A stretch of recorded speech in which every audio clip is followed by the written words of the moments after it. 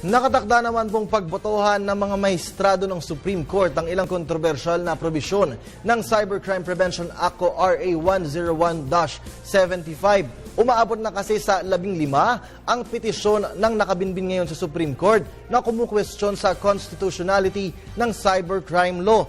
Ilan po sa mga probisyon na napagbotohan sa en banc session ay ang pagpapataw ng parusa sa internet libel, Section 5, na mga nagtatangkang tumulong sa nagbabalak gumawa ng cyber offense. Partikular dito ang mga may kinalaman sa child pornography, unsolicited commercial communication at internet libel. Kabilang din po sa pagbobotohan ng mga maestrado ang Section 7, 12 at 19 ng batas. Sa Section 7, nagsasaad ang sinuman na naparusahan ng paglabag sa cybercrime law ay maaari pa ring panagutin sa krimen na sakop ng revised penal code. Sa Section 12 naman, ang pagpapahintulot ng real-time collection ng computer data at sa Section 19 ay ang pagbibigay ng kapangyarihan sa DOJ na mag-block ng access sa computer data kung ito ay lantaran na makikitaan ng paglabag sa cybercrime law.